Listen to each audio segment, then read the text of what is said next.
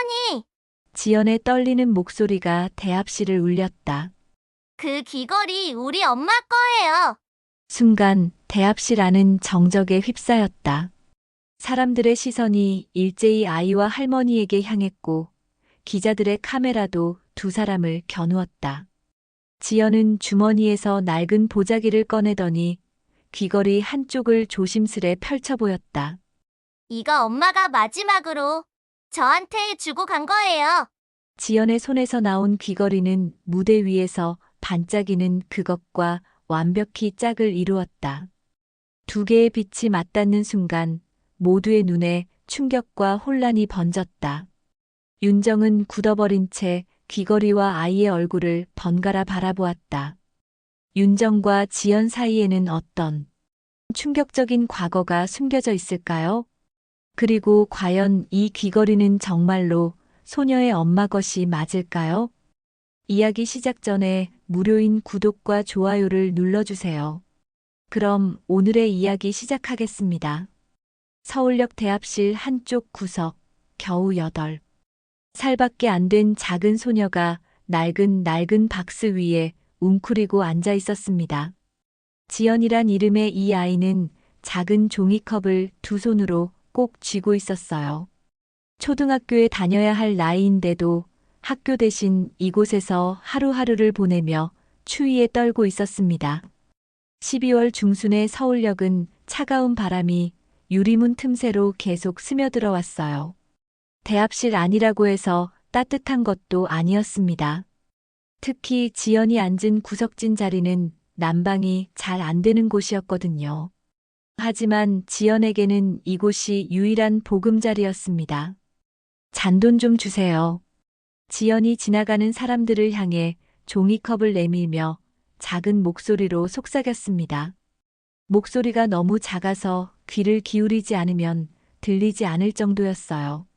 하지만 사람들은 무심히 지나갔습니다.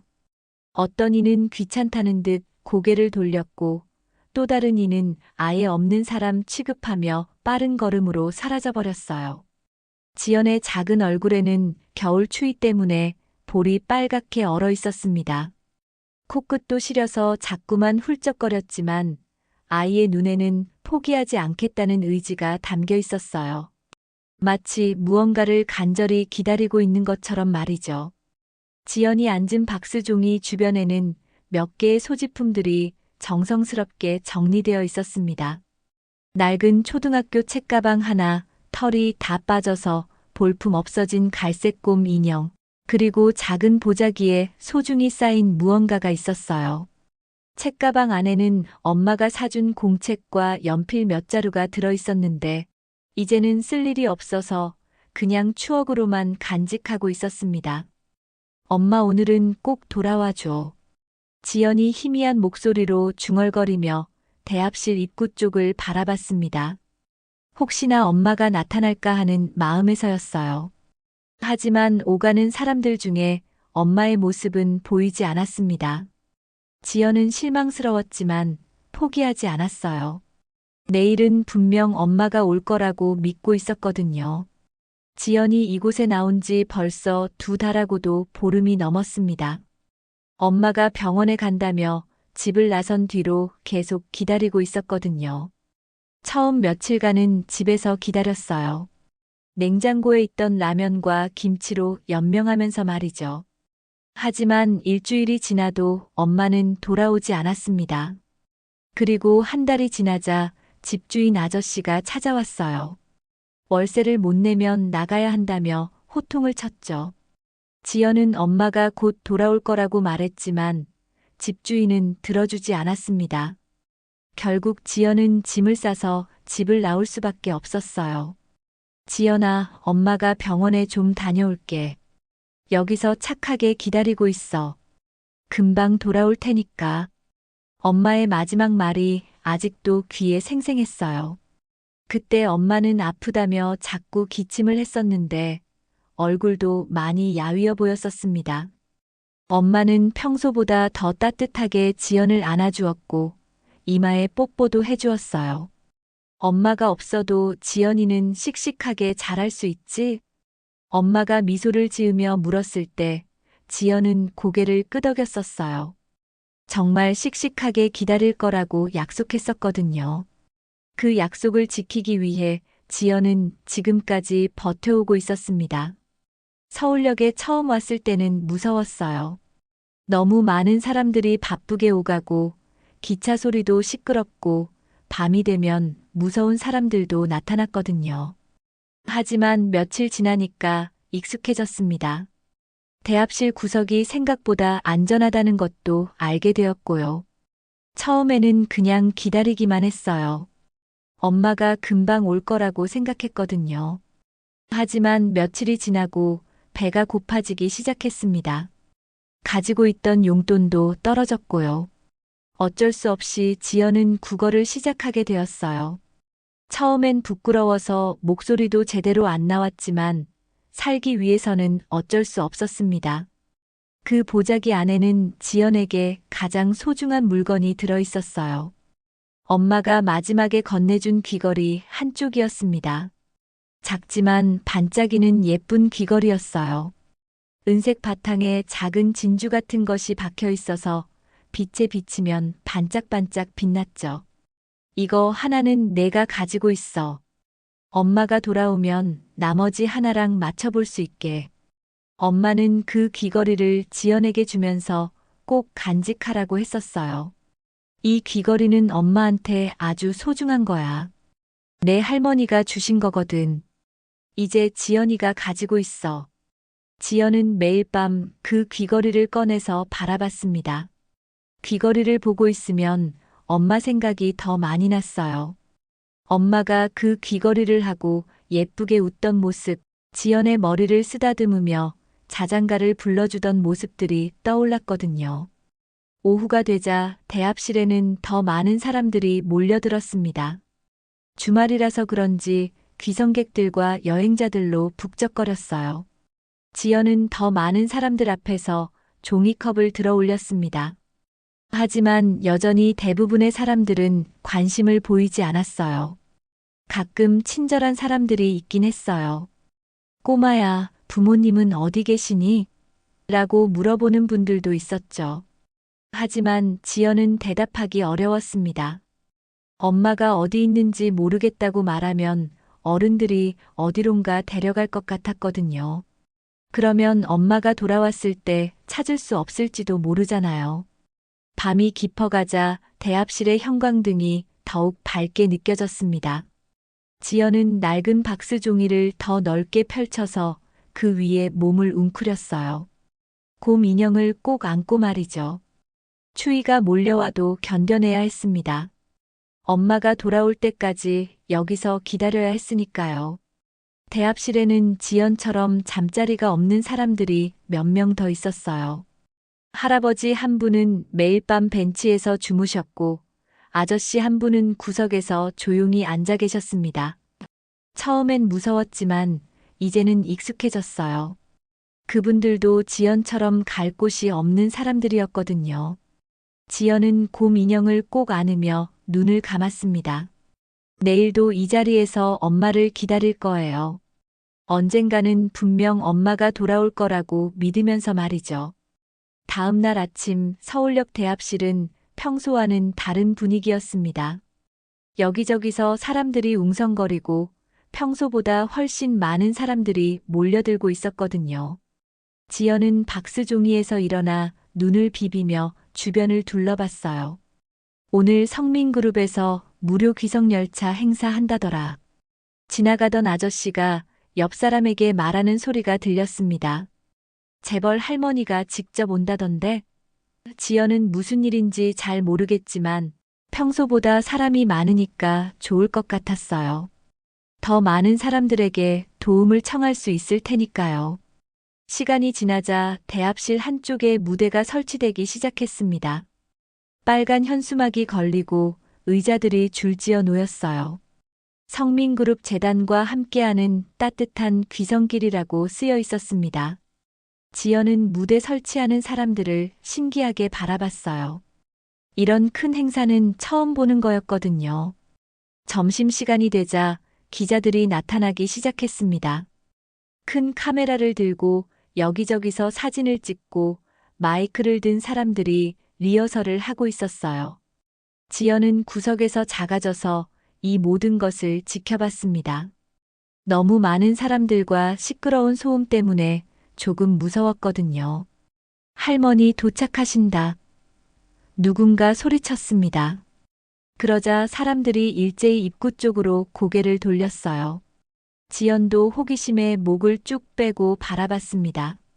입구로 들어오는 사람들 중에 특별히 눈에 띄는 할머니가 한 분 계셨어요. 고급스러운 검은색 코트를 입고 머리는 단정하게 말려 올려져 있었습니다. 뒤따라오는 사람들이 할머니를 에워싸고 있어서 마치 중요한 분인 것 같았어요. 그런데 지연의 시선이 할머니의 귀에 고정되었습니다. 할머니가 하고 있는 귀걸이가 햇빛에 반짝이고 있었거든요. 그 순간 지연은 눈을 크게 떴어요. 그 귀걸이의 모양과 반짝이는 정도가 너무나 익숙했기 때문이었습니다. 지연은 급하게 보자기를 열어서 엄마가 준 귀걸이를 꺼냈어요.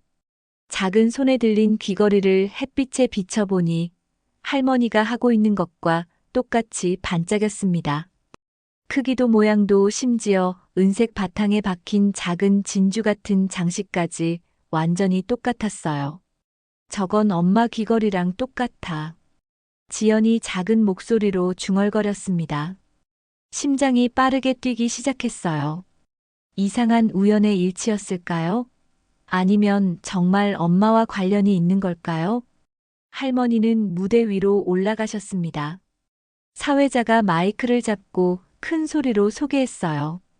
성민그룹 윤정 회장님께서 직접 이 자리에 나와주셨습니다. 박수 소리가 터져 나왔고 카메라 플래시가 번쩍번쩍 터졌습니다. 윤정이라는 이름을 들은 순간 지연은 또 다른 기억이 떠올랐어요. 엄마가 가끔 아픈 목소리로 혼잣말을 하던 기억이 있었거든요. 특히 아프기 시작한 후로는 자주 그랬어요.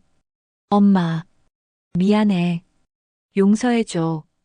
이런 식으로 중얼거리곤 했었습니다. 지연은 점점 더 확신이 들기 시작했어요. 저 할머니와 엄마 사이에 뭔가 연결고리가 있을 거라고 말이에요. 귀걸이가 똑같은 것도 그렇고 이름도 엄마가 평소에 중얼거리던 그 이름이었으니까요. 무대 위에서 윤정이 말하기 시작했습니다. 어려운 시절을 보내고 계신 분들을 위해 작은 도움이라도 드리고 싶어서 이 자리를 마련했습니다. 할머니의 목소리는 따뜻했지만 어딘가 슬픈 느낌이 들었어요. 지연은 무대를 바라보며 마음속으로 결심했습니다. 용기를 내서 저 할머니에게 가서 물어봐야겠다고요. 혹시 엄마를 아는 분일지도 모르잖아요. 엄마가 어디에 있는지 알고 계실지도 모르고요. 하지만 무대 주변에는 너무 많은 사람들이 둘러싸고 있었어요. 기자들과 관계자들, 그리고 구경하러 온 사람들까지 해서 빈틈이 없었습니다. 지연은 키가 작아서 사람들 사이로 보이지도 않았어요. 저기요, 실례합니다. 지연이 작은 목소리로 사람들 사이를 헤치려고 했지만 아무도 들어주지 않았습니다. 오히려 꼬마는 저리 가 있어라며 밀쳐내는 사람도 있었어요. 지연은 포기하지 않았습니다. 엄마를 찾을 수 있는 단서일지도 모르는데 그냥 넘어갈 수는 없었거든요. 지연은 사람들 다리 사이로 기어가듯 앞으로 나아갔어요. 무릎이 아프고 사람들에게 치이기도 했지만 계속 전진했습니다. 드디어 무대 앞쪽까지 도착했을 때 윤정의 연설이 거의 끝나가고 있었어요. 앞으로도 어려운 이웃들을 위해 최선을 다하겠습니다. 할머니가 마지막 인사를 하려는 순간이었습니다. 지연은 이때가 아니면 기회가 없을 거라고 생각했어요. 떨리는 마음을 진정시키고 가지고 있던 귀걸이를 꼭 쥐었습니다. 그리고 용기를 내어 큰 소리로 외쳤어요. 할머니.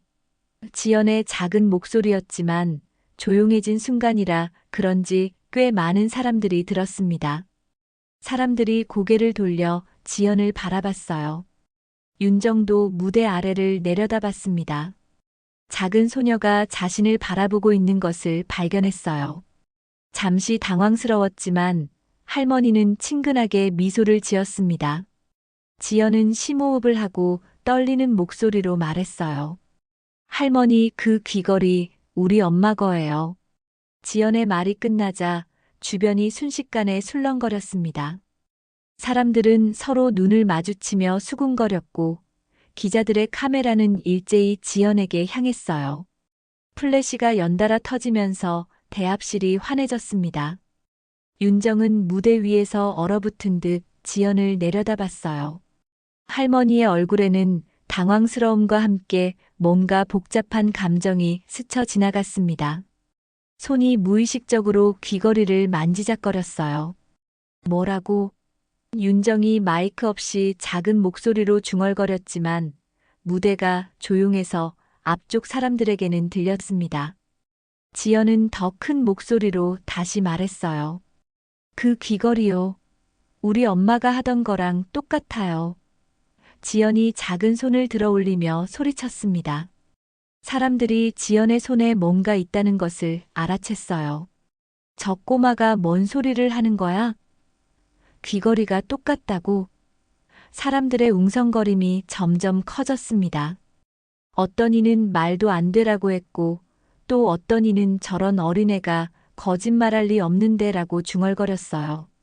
지연은 키가 작아서 사람들 사이에 파묻혀 잘 보이지 않았습니다. 하지만 포기하지 않고 계속 손을 들어 올렸어요. 정말이에요. 보여드릴게요. 지연이 간절한 목소리로 외쳤습니다. 윤정은 잠시 망설이다가 무대에서 내려왔습니다. 관계자들이 말리려 했지만 할머니는 고개를 저으며 지연 쪽으로 걸어갔어요. 사람들이 자연스럽게 길을 내주었습니다. 이리 와, 아가야. 윤정이 지연에게 손짓했습니다. 지연은 떨리는 다리로 윤정 앞으로 다가갔어요. 가까이서 본 할머니는 생각보다 키가 크고 위엄이 있어 보였지만 눈빛은 따뜻했습니다. 내가 뭘 가지고 있는지 보여줄 수 있겠니? 윤정이 부드러운 목소리로 물었어요. 지연은 고개를 끄덕이며 작은 보자기를 풀기 시작했습니다. 보자기가 열리자 작은 귀걸이 하나가 나타났어요. 은색 바탕에 작은 진주가 박힌 귀걸이였습니다. 햇빛에 비친 귀걸이가 반짝반짝 빛났어요. 윤정은 그 귀걸이를 보는 순간 숨이 멎는 듯 했습니다. 할머니의 얼굴이 순식간에 창백해졌어요. 자신이 지금 하고 있는 귀걸이와 완전히 똑같았거든요. 아니, 똑같은 정도가 아니라 아예 같은 귀걸이의 한 쌍이었습니다. 이건 어디서? 윤정의 목소리가 떨렸습니다. 주변 사람들도 두 귀걸이가 완전히 짝을 이룬다는 것을 알아챘어요. 웅성거림이 더욱 커졌습니다. 엄마가 주셨어요. 지연이 작은 목소리로 대답했습니다.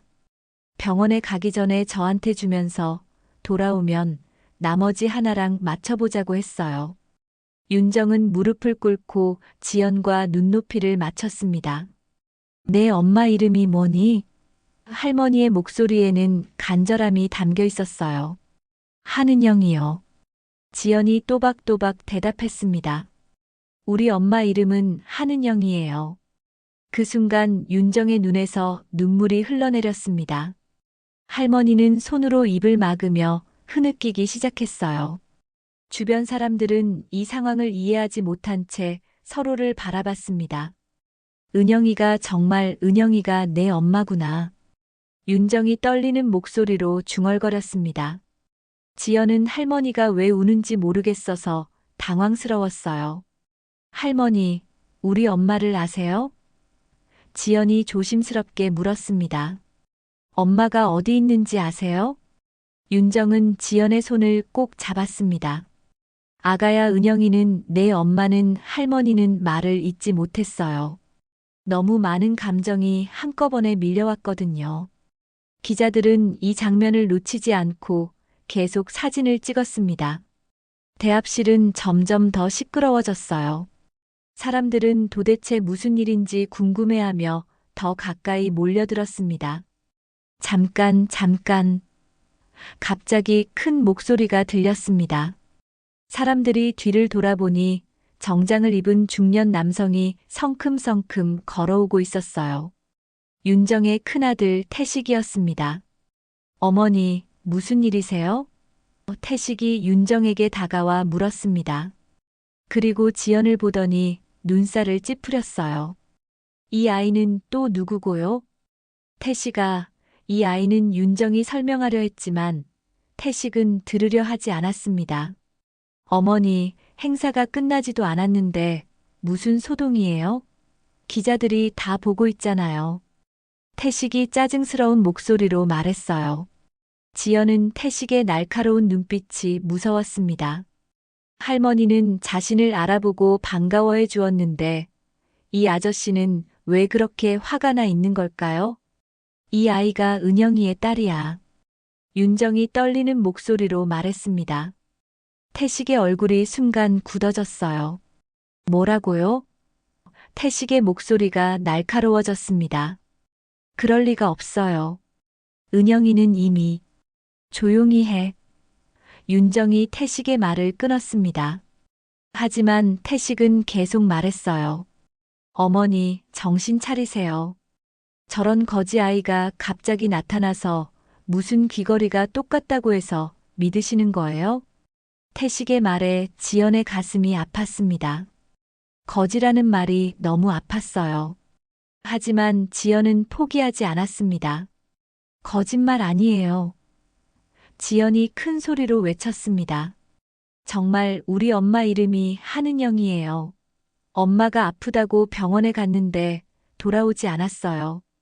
지연의 간절한 외침에 주변 사람들이 숙연해졌습니다. 어린아이의 목소리에는 거짓이 없어 보였거든요. 태식은 보안 요원들에게 손짓했습니다.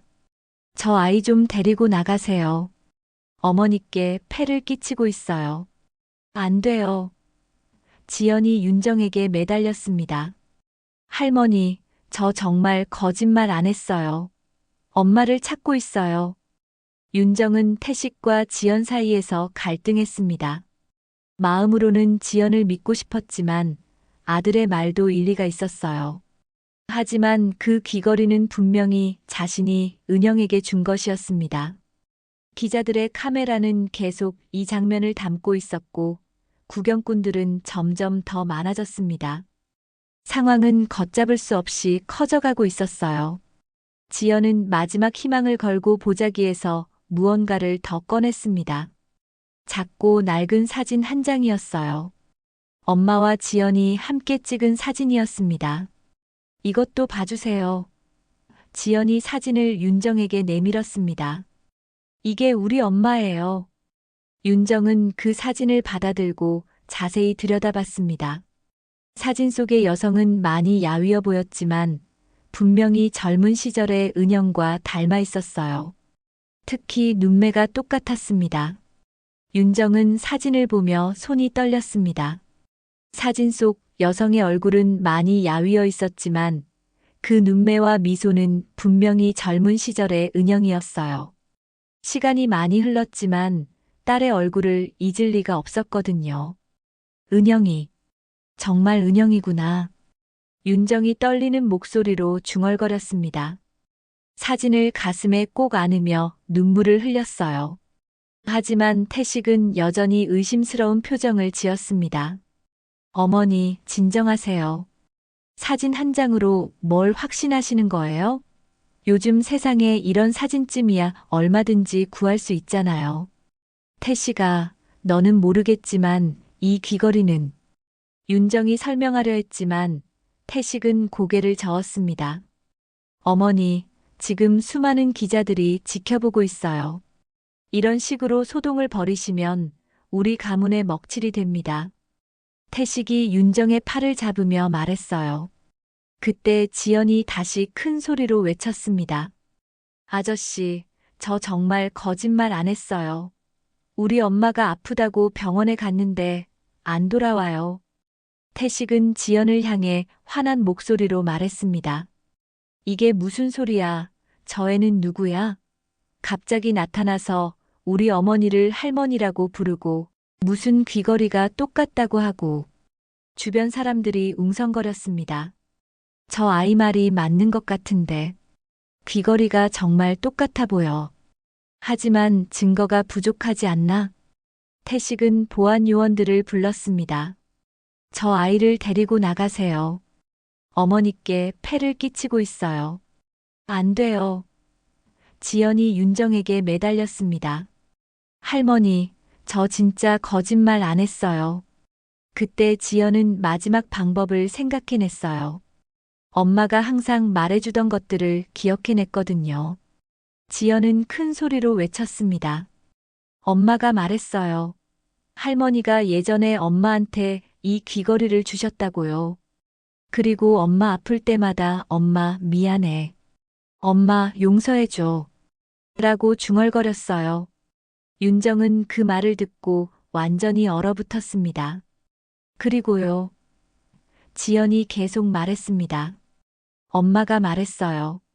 할머니 집에는 큰 정원이 있고 장미꽃이 많이 피어 있다고요. 엄마가 어릴 때 그 장미꽃을 따다가 할머니한테 혼났다고 했어요. 윤정의 눈이 커졌습니다.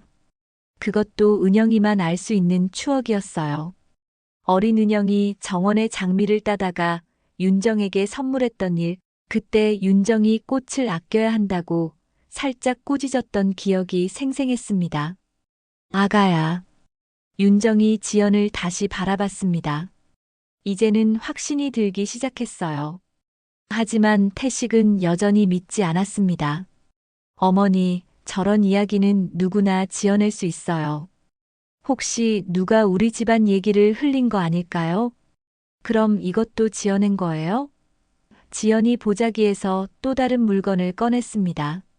작고 낡은 목걸이였어요. 이것도 엄마가 주셨어요. 할머니가 엄마 어릴 때 사준 거라고 했어요. 윤정은 그 목걸이를 보자마자 비명을 질렀습니다. 어머나. 그것은 은영이가 10살 생일날 윤정이 직접 사준 목걸이였거든요. 작은 하트 모양의 펜던트가 달린 은목걸이였는데 펜던트 뒷면에는 은영에게 사랑을 담아 마이너스 엄마가라고 새겨져 있었어요. 윤정은 목걸이를 받아들고 뒷면을 확인했습니다. 글씨가 많이 달아 있었지만 여전히 읽을 수 있었어요. 이건 내가 직접 새겨 넣었어. 주변 사람들도 점점 믿기 시작했습니다. 귀걸이, 사진, 목걸이, 그리고 은영이만 알 수 있는 추억들까지. 이 모든 것이 단순한 우연일 수는 없었거든요. 태식의 얼굴이 점점 굳어졌습니다. 설마, 정말로 은영이의 딸이라는 거예요? 그래. 윤정이 단호하게 말했습니다. 이 아이는 내 손녀야. 은영이의 딸이고 내 피야. 그러자 태식이 갑자기 화를 냈습니다. 말도 안 돼요. 은영이는 이미 우리 가문에서 쫓겨난 사람이에요. 그런 사람의 딸이라고 해서 우리 가족이 될 수는 없어요. 태식의 말에 지연이 상처받은 표정을 지었습니다. 왜요? 저 뭔가 잘못했나요? 잘못한 게 아니라. 태식이 소리쳤습니다. 어머니, 정신 차리세요. 저 아이를 인정하시면 우리 회사에도 가문에도 큰 문제가 될 거예요. 윤정은 태식을 노려봤습니다. 무슨 소리야? 내 손녀를 왜 인정 못한다는 거냐? 저 아이는 거지예요. 태식이 잔인하게 말했습니다. 거리에서 구걸하는 아이를 우리 가문의 일원으로 받아들일 수는 없어요. 지연의 눈에 눈물이 고였습니다. 거지라는 말이 너무 아팠어요. 하지만 지연은 포기하지 않았습니다. 저 거지 아니에요. 지연이 울면서 소리쳤습니다. 엄마가 아파서 병원에 간 거예요. 엄마가 돌아오시면 다시 같이 살 거예요. 태식은 냉정하게 말했습니다. 그 엄마라는 사람은 어디 있는데? 왜 안 나타나는 거야? 지연은 대답할 수 없었습니다. 엄마가 어디 있는지, 언제 돌아올지 몰랐거든요. 태식은 보안 요원들에게 손짓했습니다. 저 아이를 경찰서에 데려가세요. 분명히 누군가 시켜서 온 거예요. 사기를 치려는 거라고요. 보안 요원들이 지연에게 다가오자 지연은 무서워서 윤정 뒤로 숨었습니다. 할머니, 도와주세요. 윤정은 보안 요원들을 막아섰습니다. 누구든 내 손녀에게 손대지 마. 어머니. 태식이 소리쳤습니다. 저 아이 때문에 우리 가문의 명예가 땅에 떨어질 거예요. 그때 기자 중 한 명이 마이크를 들고 다가왔습니다. 회장님, 정말로 이 아이가 따님의 딸이라고 확신하시나요? 윤정은 잠시 망설였습니다. 모든 사람들이 지켜보고 있었고, 이 대답이 앞으로의 모든 것을 결정할 거라는 걸 알았거든요. 지연은 윤정을 올려다보며 간절한 눈빛으로 기다렸습니다. 태식은 윤정의 팔을 잡으며 속삭였습니다. 어머니, 신중하게 생각하세요. 한 번 말하면 돌이킬 수 없어요. 윤정은 지연을 내려다봤습니다. 아이의 눈에서 은영이의 모습이 보였어요. 그리고 그 간절한 눈빛에서 자신이 잃어버린 소중한 것들이 느껴졌습니다. 마침내 윤정이 입을 열었습니다. 모든 사람들이 숨을 죽이고 기다렸어요. 이 아이는 내 손녀입니다. 윤정이 단호하게 말했습니다. 은영이의 딸이고 내 피를 이어받은 소중한 손녀란 말이에요. 순간 대합실이 폭발하듯 술렁거렸어요. 기자들은 흥분해서 더욱 가까이 다가왔고 구경꾼들은 서로 수군거렸습니다. 태식의 얼굴은 창백해졌어요. 어머니. 태식이 소리쳤습니다. 무슨 말씀을 하시는 거예요? 하지만 윤정은 이미 결심을 굳혔습니다. 이 아이는 내 딸 은영이의 딸이야. 내 피를 이어받은 소중한 손녀란 말이다. 지연은 눈물을 흘리며 윤정을 올려다봤어요. 정말요? 정말 저를 믿어주시는 거예요? 그래, 아가야. 윤정이 지연의 머리를 쓰다듬었습니다. 할머니가 늦게나마 널 찾았구나. 태식은 분노에 차서 소리쳤습니다. 어머니, 정신 차리세요. 저런 거지 아이를 우리 가문의 일원으로 받아들일 수는 없어요. 거지라고? 윤정의 목소리가 차갑게 변했습니다. 내 손녀를 거지라고 불렀다고? 사실이잖아요. 태식이 지연을 가리키며 말했습니다. 저 아이 꼴을 보세요. 더럽고 냄새나고 구걸이나 하면서 살았던 아이예요. 지연은 태식의 말에 상처받아 고개를 숙였습니다. 자신이 정말 더럽고 냄새가 나는지 걱정되었어요. 그런데 윤정이 갑자기 태식의 뺨을 때렸습니다. 짝! 소리가 대합실에 울려 퍼졌어요. 모든 사람들이 깜짝 놀랐습니다. 감히 내 손녀를 모독해? 윤정이 분노에 찬 목소리로 말했습니다. 이 아이가 왜 이런 상황에 처했는지 생각해 본 적 있니? 태식은 뺨을 만지며 당황했어요. 어머니, 은영이를 집에서 쫓아낸 게 누구야? 내 고집 때문에, 내 편견 때문에 딸을 잃고 그 결과 손녀까지 거리로 내몬 거야. 윤정의 목소리에 후회와 분노가 섞여 있었습니다. 주변 사람들이 숨을 죽이고 들었어요. 윤정이 과거의 실수를 인정하는 순간이었거든요. 어머니, 하지만 태식이 말하려 했지만 윤정은 듣지 않았습니다. 조용히 해. 윤정이 소리쳤습니다. 지금까지 내가 얼마나 큰 죄를 지었는지 깨달았다. 이 아이는 내 잘못으로 고생한 거야. 기자 중 한 명이 마이크를 들고 물었습니다. 회장님, 따님과는 어떤 일이 있었던 건가요? 윤정은 잠시 망설이다가 입을 열었습니다. 은영이는 내가 반대하는 사람과 사랑에 빠졌어요. 나는 가문의 체면만 생각해서 딸을 집에서 쫓아냈습니다. 그 후로는 어떻게 되었나요? 연락이 끊어졌어요. 내 고집 때문에. 내 딸과 손녀가 어떻게 살고 있는지도 모른 채 살았습니다. 윤정의 눈에서 눈물이 흘러내렸어요. 지연은 할머니의 이야기를 들으며 마음이 아팠습니다. 엄마가 왜 그렇게 슬퍼했는지 이제야 이해가 되었어요. 할머니, 지연이 작은 목소리로 말했습니다. 엄마가 자주 울었어요. 특히 아프기 시작한 후로는 더 많이 울었어요. 윤정의 가슴이 찢어지는 것 같았습니다. 은영이가 많이 아팠구나. 네. 기침도 자주 하고 밤에 잠도 못 자고 그래서 병원에 간다고 했는데 지연의 목소리가 점점 작아졌어요. 은영이는 지금 어디 있니? 윤정이 간절하게 물었습니다. 모르겠어요. 지연이 고개를 저었습니다. 병원에 간다고 하고는 안 돌아와요. 벌써 2달이 넘었어요. 윤정의 얼굴이 창백해졌습니다. 딸이 그렇게 아픈 상황에서 혼자 병원에 갔다는 것이 불길한 예감이 들었어요. 태식은 여전히 반대했습니다. 어머니, 설사 그 아이가 정말 은영이 딸이라고 해도 지금 우리가 받아들일 수는 없어요. 회사 일도 있고 사람들 시선도 있고. 시선? 윤정이 태식을 노려봤습니다. 사람들 시선이 내 손녀보다 중요하다는 거야? 그게 아니라. 그럼 뭐야? 윤정의 목소리가 날카로워졌습니다. 내가 평생 후회하며 살아온 일을 이제야 바로잡을 기회가 생겼는데 내가 맡겠다는 거야? 그때 보안 요원들이 다가왔습니다. 태식이 미리 불러둔 것이었어요.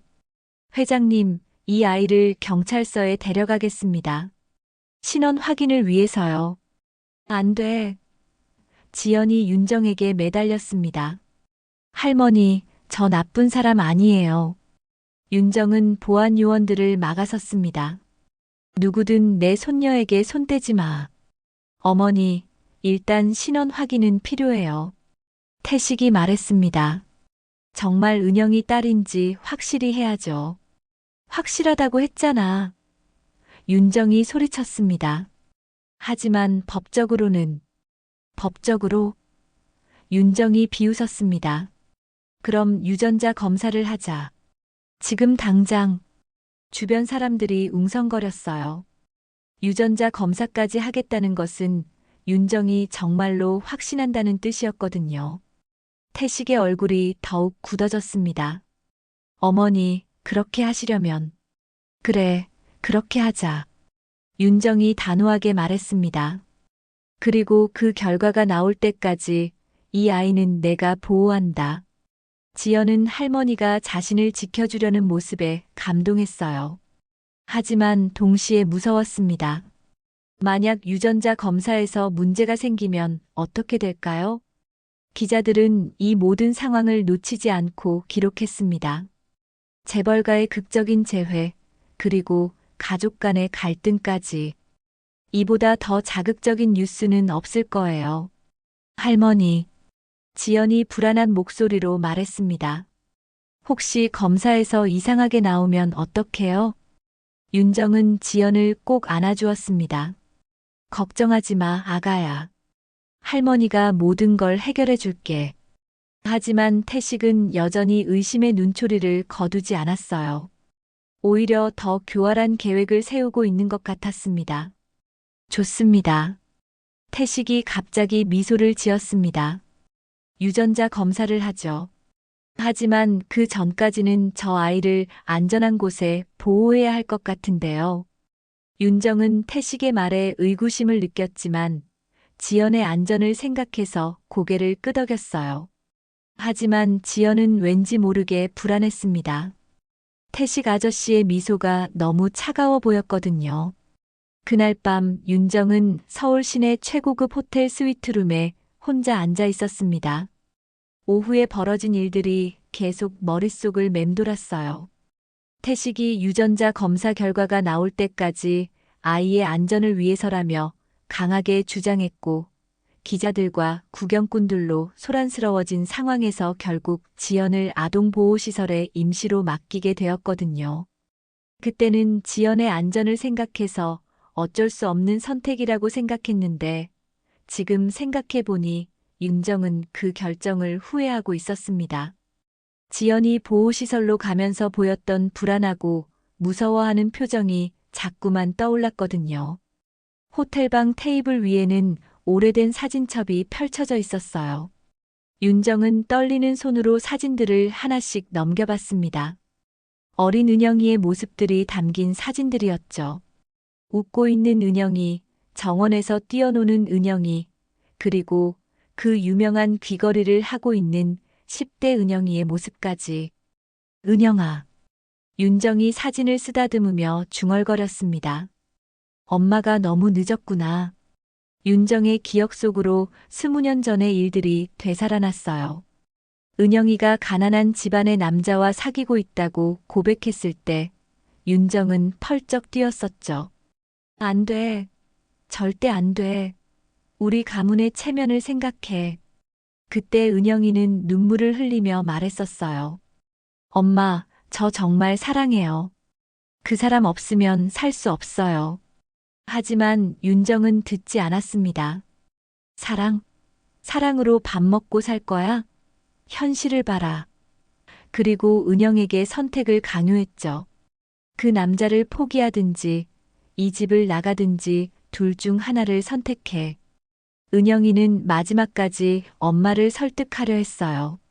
엄마, 제발 한 번만 만나보세요. 좋은 사람이에요. 하지만 윤정은 고집을 꺾지 않았습니다. 결국 은영이는 집을 나갔어요.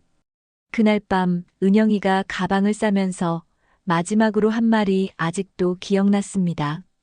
엄마, 언젠가는 이해해 주실 거죠? 제가 얼마나 이 사람을 사랑하는지. 윤정은 그때도 차갑게 대답했었어요. 다신 이 집 문턱도 밟지 마라.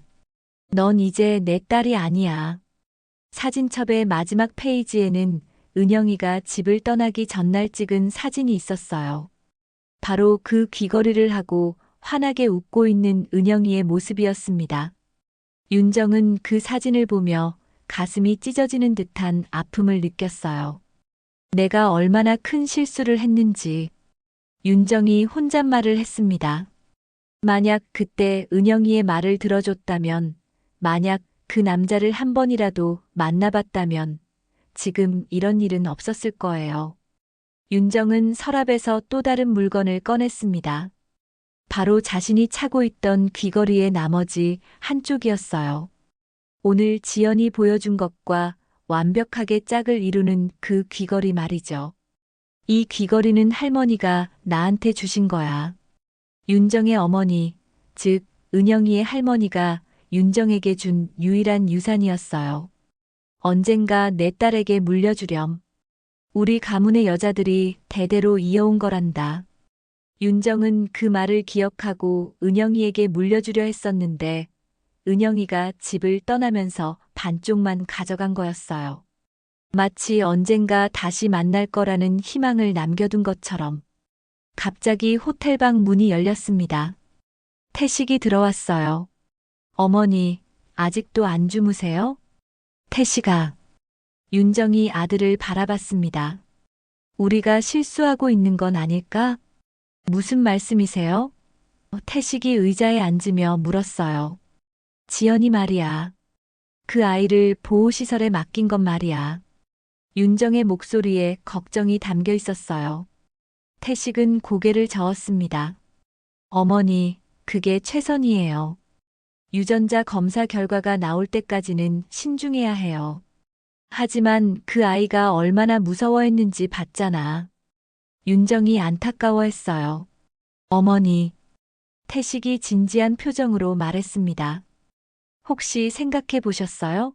만약 그 아이가 정말 사기꾼이라면 어떡하시려고요? 사기꾼? 윤정이 놀랐어요. 그런 어린아이가? 어머니, 요즘 세상이 어떤지 아세요? 아이들을 이용해서 동정심을 유발하는 사기가 얼마나 많은데요. 태식이 설득했어요. 하지만 윤정은 고개를 저었습니다. 아니야. 그 아이 눈빛을 봤어. 거짓말하는 눈빛이 아니었어. 그래도 확실히 해야죠. 태식이 고집했어요. 만약 정말 은영이 딸이라면 그때 가서 제대로 보살펴드리면 되는 거 아니에요? 윤정은 무언가 이상하다는 느낌을 받았습니다. 태식이 너무 강하게 반대하는 것 같았어요. 태식아, 혹시 내가 그 아이를 받아들이기 싫어하는 다른 이유가 있는 거 아니야? 무슨 말씀이세요? 태식이 당황했어요. 솔직히 말해봐. 상속 문제 때문인 거 아니야? 윤정이 날카롭게 물었습니다. 태식의 얼굴이 굳어졌어요. 어머니, 그런 게 아니에요. 그럼 뭐야? 윤정이 목소리를 높였어요. 내가 죽으면 모든 재산이 너한테 갈 줄 알았는데 갑자기 손녀가 나타나니까 불안한 거 아니야? 어머니, 태식이 소리쳤습니다. 저를 그런 사람으로 보시는 거예요? 윤정은 아들을 찬찬히 바라봤어요. 언제부터인가 태식이 돈과 권력에만 집착하는 모습을 보여왔었거든요. 태식아, 너는 언제부터 이렇게 변했니? 변한 게 아니에요. 현실적으로 생각하는 거예요. 태식이 차갑게 말했어요. 그때 윤정의 휴대폰이 울렸습니다. 모르는 번호였어요. 여보세요? 할머니. 작은 목소리가 들렸어요. 지연이었습니다. 지연아, 어떻게 전화를? 윤정이 놀랐어요. 여기 아주머니가 전화 빌려주셨어요. 지연의 목소리가 떨리고 있었어요. 할머니, 저 무서워요. 언제 여기서 나갈 수 있어요? 윤정의 가슴이 아팠습니다. 지연아, 조금만 참아. 할머니가 곧 데리러 갈게. 정말요? 약속하세요? 지연이 간절하게 물었어요. 그래, 약속한다. 윤정이 단호하게 말했습니다. 전화를 끊고 나서 윤정은 태식을 바라봤어요. 내일 당장 지연이를 데려오자. 어머니, 아직 검사 결과도 됐어. 윤정이 소리쳤습니다. 검사 결과가 뭐가 중요해? 내 마음이 이미 확신하고 있는데. 태식은 더 이상 말하지 않았지만 눈빛에는 다른 계획이 있는 것 같았어요. 윤정은 그런 아들의 모습이 낯설고 무서웠습니다. 그날 밤 윤정은 잠들지 못했어요. 은영이에 대한 그리움과 지연이에 대한 걱정, 그리고 태식에 대한 실망감이 복잡하게 얽혀 있었거든요. 새벽이 되어서야 윤정은 결심을 굳혔습니다. 태식이 뭐라고 하든 유전자 검사 결과가 어떻게 나오든 상관없었어요. 지연은 분명히 자신의 손녀였고 더 이상 그 아이를 혼자 두고 볼 수는 없었습니다. 다음 날 아침 일찍 윤정은 검은색 승용차를 타고 아동보호시설로 향했습니다. 밤새 잠을 이루지 못했지만 지연을 데려오겠다는 결심만큼은 확고했어요. 비서가 미리 연락해둔 덕분에 시설 관계자들이 기다리고 있었습니다. 지연이는 어디 있나요? 윤정이 시설장에게 물었어요. 아침 식사를 하고 있습니다. 그런데 회장님, 시설장이 조심스럽게 말했습니다. 어제 밤부터 계속 울고 있어요. 할머니를 찾는다면서요. 윤정의 가슴이 찔렸습니다. 그 작은 아이가 얼마나 무서웠을까요? 식당으로 향하는 복도를 걸으면서 윤정은 마음을 다잡았어요. 식당 한쪽 구석에서 지연을 발견했습니다. 아이는 밥그릇 앞에 앉아 있었지만 거의 손을 대지 않고 있었어요. 눈이 퉁퉁 부어 있는 것을 보니 정말 많이 울었나 보였습니다. 지연아. 윤정이 부드럽게 불렀어요. 지연이 고개를 들더니 윤정을 보자마자 눈물을 터뜨렸습니다. 할머니. 지연은 의자에서 뛰어내려 윤정에게 달려왔어요. 윤정은 지연을 꽉 안아주었습니다. 미안해, 지연아.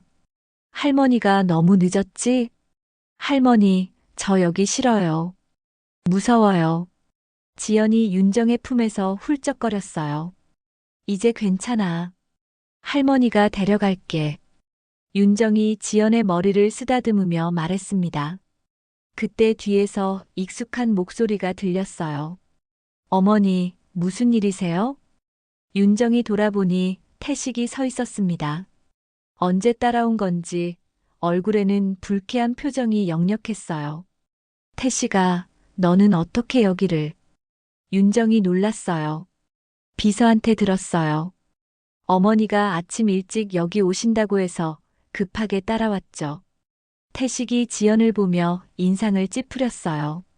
지연은 태식을 보자 무서워하며 윤정 뒤로 숨었습니다. 어제의 무서운 기억이 떠올랐거든요. 어머니, 아직 유전자 검사 결과도 안 나왔는데 섣불리 행동하시면 안 돼요. 태식이 말했어요. 검사 결과가 뭐가 중요해? 윤정이 단호하게 말했습니다. 이 아이는 내 손녀야. 하지만 법적으로,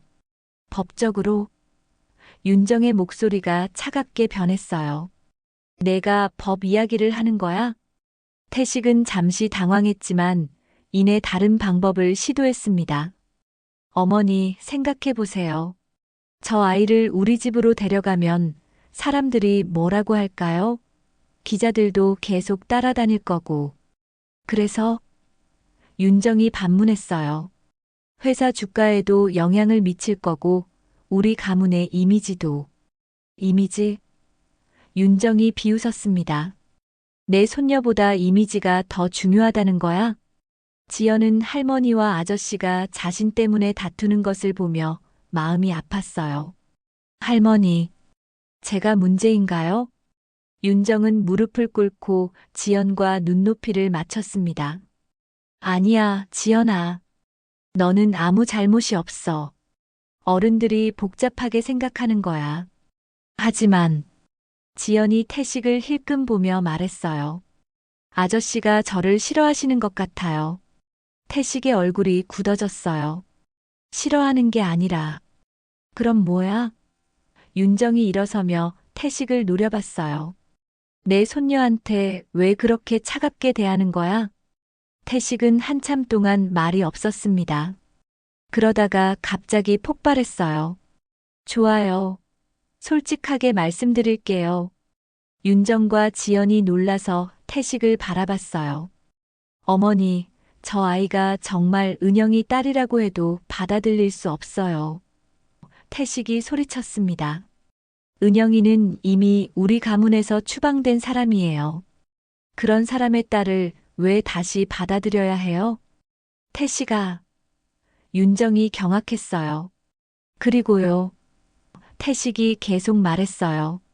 설사 받아들인다고 해도 저런 거지 출신을 어떻게 우리 가문의 일원으로 키울 수 있겠어요? 교육도 제대로 안 받았고 예의 범절도 모르고. 그만해. 윤정이 소리쳤습니다. 하지만 태식은 멈추지 않았어요. 어머니가 죽으시면 회사는 제가 이어받을 거예요. 그런데 갑자기 나타난 손녀 때문에 상속 구조가 복잡해지면 어떡하시려고요? 윤정은 태식의 진심을 듣고 충격을 받았어요. 아들이 이렇게 차가운 사람이었다니. 지연은 태식의 말을 듣고 눈물을 흘렸습니다.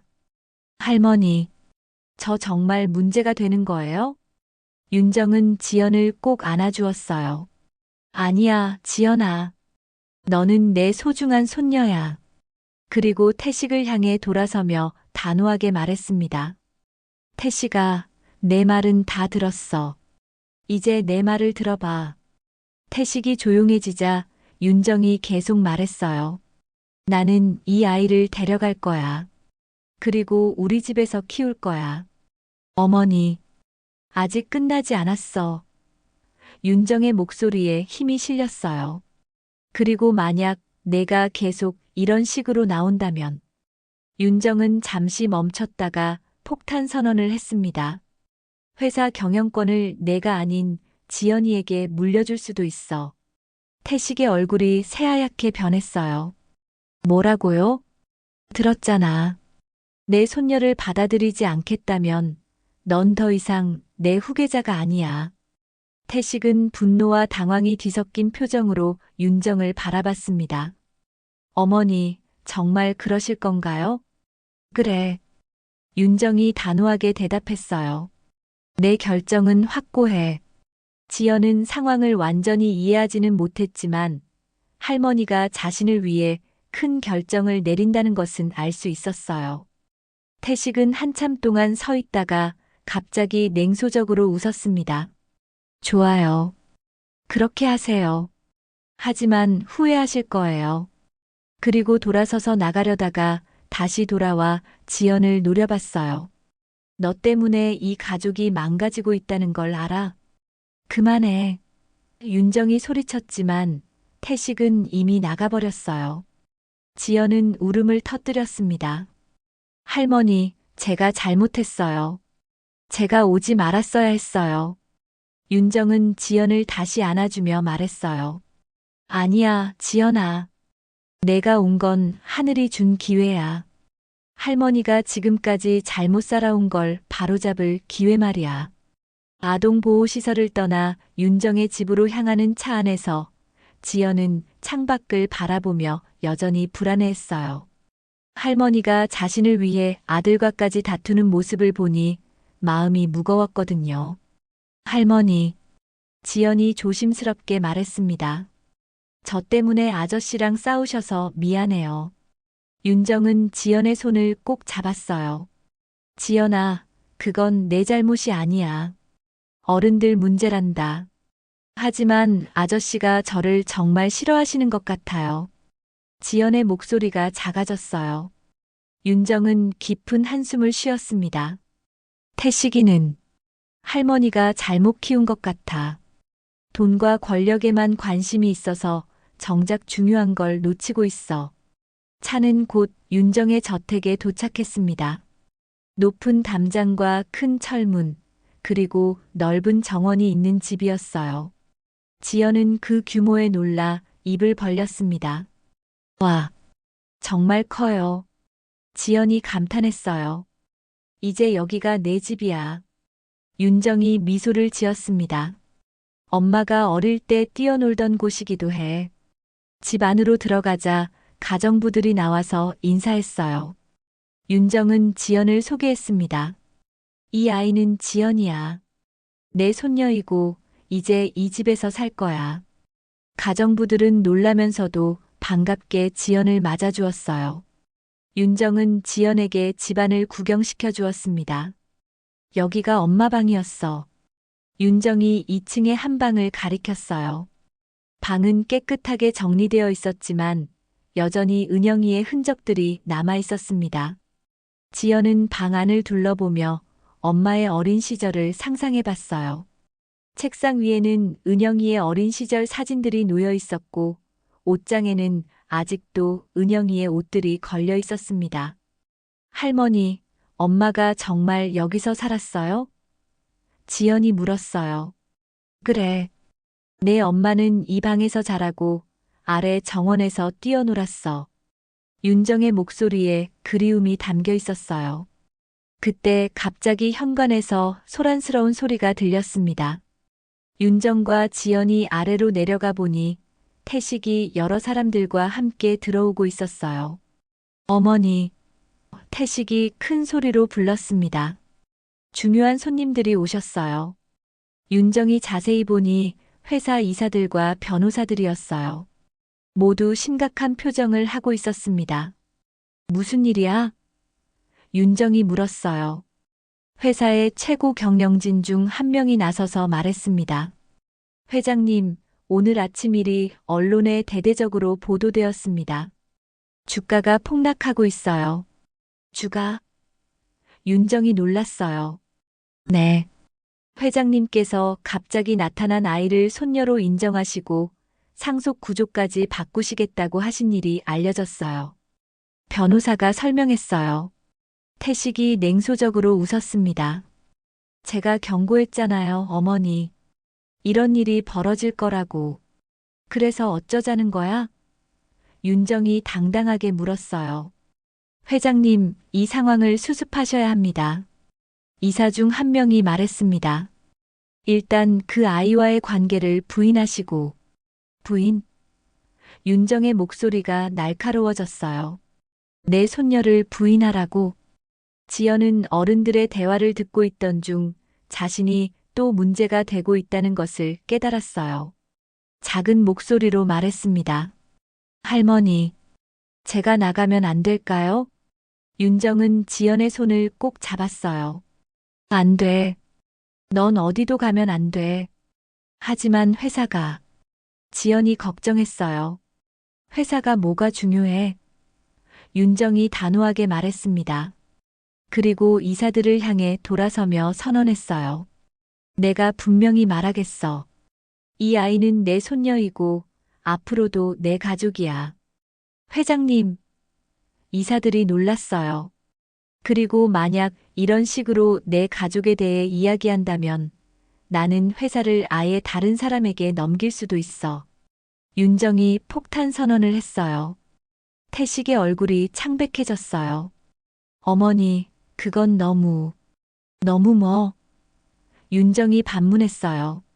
내가 평생 돈만 벌어서 뭐 하겠어? 가족도 없이? 그때 지연이 윤정의 옷자락을 잡아당겼어요. 할머니, 저 이제 엄마를 찾으러 가야 할 것 같아요. 뭐? 윤정이 놀랐어요. 엄마가 저를 찾고 있을지도 몰라요. 엄마가 병원에서 나와서 저를 찾고 있을 수도 있잖아요. 지연이 말했어요. 윤정은 지연의 말에 가슴이 아팠습니다. 아직도 엄마를 기다리고 있는 순수한 마음을 보니 더욱 안타까웠어요. 지연아. 윤정이 무릎을 꿇고 지연과 눈높이를 맞췄습니다. 할머니가 엄마를 찾는 걸 도와줄게. 우리 같이 찾아보자. 정말요? 지연의 눈이 반짝였어요. 그래. 그런데 그동안은 할머니랑 같이 있어줄 수 있겠니? 윤정이 부드럽게 물었어요. 지연은 고개를 끄덕였어요. 네. 할머니랑 같이 있을게요. 태식은 윤정의 단호한 모습을 보며 분노가 치밀어 올랐습니다. 어머니, 정말 이러실 건가요? 회사를 망치시려고요? 회사가 망하면 어때? 윤정이 차갑게 대답했어요. 내가 평생 회사만 키우느라 정작 가족은 다 잃어버렸는데. 하지만 직원들은 어떡하시려고요? 수천 명의 직원들이 길거리에 나앉게 될 수도 있어요. 태식이 목소리를 높였어요. 윤정은 잠시 멈칫했습니다. 태식의 말에도 일리가 있었거든요. 하지만 이내 고개를 저었어요. 태식아, 회사는 언제든 다시 일으킬 수 있어. 하지만 가족은 한 번 놓치면 영영 못 찾을 수도 있단다. 윤정이 지연의 손을 꼭 잡으며 말했어요. 어머니. 태식이 마지막으로 한 번 더 시도했지만 윤정은 돌아서서 지연과 함께 계단을 올라가기 시작했어요. 태식아, 내가 정말로 가족이 뭔지 깨달았을 때 다시 와. 윤정이 뒤돌아보지도 않고 말했습니다. 태식은 한참 동안 그 자리에 서 있다가 결국 집을 나갔어요. 현관문이 닫히는 소리가 크게 울렸습니다. 지연은 할머니와 함께 2층으로 올라가면서 물었어요. 할머니, 아저씨가 다시 올까요? 모르겠구나, 지연아. 하지만 그건 아저씨가 정할 일이야. 윤정이 솔직하게 답했어요. 저 때문에 가족이 싸우게 돼서 미안해요. 지연이 고개를 숙였어요. 윤정은 지연을 안아주며 말했습니다. 지연아, 이건 내 잘못이 아니야. 할머니가 오랫동안 미뤄온 일들이 이제야 터진 거란다. 그래도 지연이 여전히 걱정스러워했어요. 지연아, 할머니가 약속할게. 어떤 일이 있어도 널 지켜줄 거야. 그리고 꼭 엄마도 찾아줄게. 윤정의 목소리에는 확신이 담겨 있었어요. 할머니. 지연이 작은 목소리로 말했습니다. 엄마가 돌아오면 정말 기뻐하실까요? 저한테 할머니가 생겼다는 걸 말이에요. 윤정의 눈에 눈물이 고였어요. 그럼 지연아. 엄마가 얼마나 기뻐할지 몰라. 할머니도 은영이를 얼마나 그리워했는지. 엄마가 자주 말했어요. 지연이 윤정을 올려다보며 말했습니다. 할머니 생각을 많이 한다고요. 미안하다고도 하고 보고 싶다고도 했어요. 윤정은 가슴이 메어오는 듯 했습니다. 딸이 자신을 그리워하고 있었다는 사실에 더욱 후회가 밀려왔어요. 할머니도 엄마를 많이 그리워했단다. 매일매일 후회했어. 윤정이 지연의 머리를 쓰다듬으며 말했습니다. 하지만 이제 우리가 함께니까 꼭 엄마도 찾을 수 있을 거야. 약속하세요? 지연이 새끼손가락을 내밀었어요. 윤정은 미소를 지으며 새끼손가락을 걸었습니다. 약속한다, 지연아. 두 사람은 서로를 꼭 안은 채 창밖을 바라봤어요. 해가 지면서 정원의 장미꽃들이 노을빛에 물들어 있었습니다. 바로 엄마 은영이 어릴 때 따던 그 장미꽃들이었어요. 할머니, 저도 엄마처럼 저 장미꽃을 따도 될까요? 지연이 물었어요. 그럼 내일 함께 따러 가자. 엄마가 돌아오시면 선물로 드릴 수도 있고. 윤정이 따뜻하게 말했습니다. 지연은 처음으로 진짜 웃음을 지었어요. 서울역 대합실에서 매일 울기만 했던 그 작은 소녀가 이제는 희망을 품고 웃고 있었습니다. 윤정은 지연의 그 웃음을 보며 깨달았어요. 자신이 지금까지 놓치고 살았던 것이 얼마나 소중한 것인지를. 돈도 권력도 회사도 이 한순간의 행복보다 중요하지 않다는 것을 말이죠. 지연아, 할머니가 또 하나 약속할게. 윤정이 지연의 두 손을 잡았습니다. 앞으로는 절대 널 혼자 두지 않을 거야. 그리고 우리 가족이 다시는 헤어지지 않도록 할게. 저도 할머니 곁에 계속 있을게요. 지연이 고개를 끄덕였어요. 밤이 깊어가는 저택에는 오랜만에 따뜻한 웃음소리가 울려 퍼졌습니다. 할머니와 손녀는 서로의 존재만으로도 충분히 행복했어요. 창밖 정원의 장미꽃들은 밤바람에 살랑이며 마치 축복하는 것 같았습니다. 언젠가는 세 사람이 함께 그 정원에서 웃을 수 있는 날이 올 거라고 윤정과 지연은 마음 깊이 믿고 있었습니다. 그 믿음이 있는 한 어떤 어려움도 이겨낼 수 있을 것 같았거든요. 오늘 이야기 어떠셨나요? 이야기에 대한 의견을 댓글로 남겨주세요. 또 이 영상을 어디에서 보고 계시고 무엇을 하며 들으시는지 적어주시면 제가 마음 담아 인사드릴게요.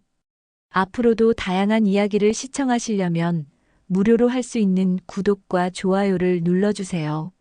알림까지 설정해 놓으시면 다음 영상을 바로 시청하실 수 있습니다.